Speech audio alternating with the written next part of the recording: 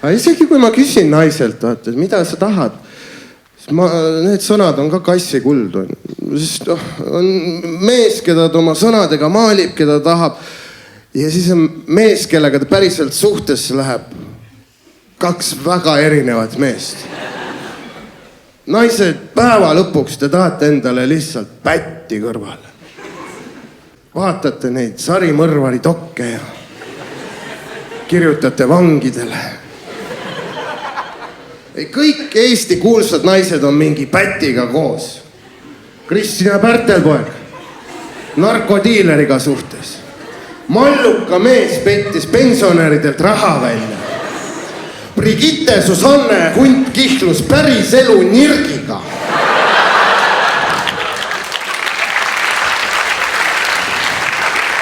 See polnud isegi metafoor, ma nägin Jakubauskast linnupesast mune varastamas.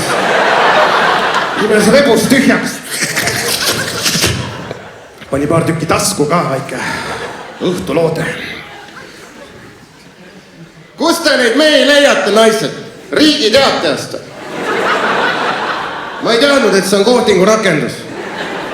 Kirjutab mehe nime kohtulahendit otsingusse.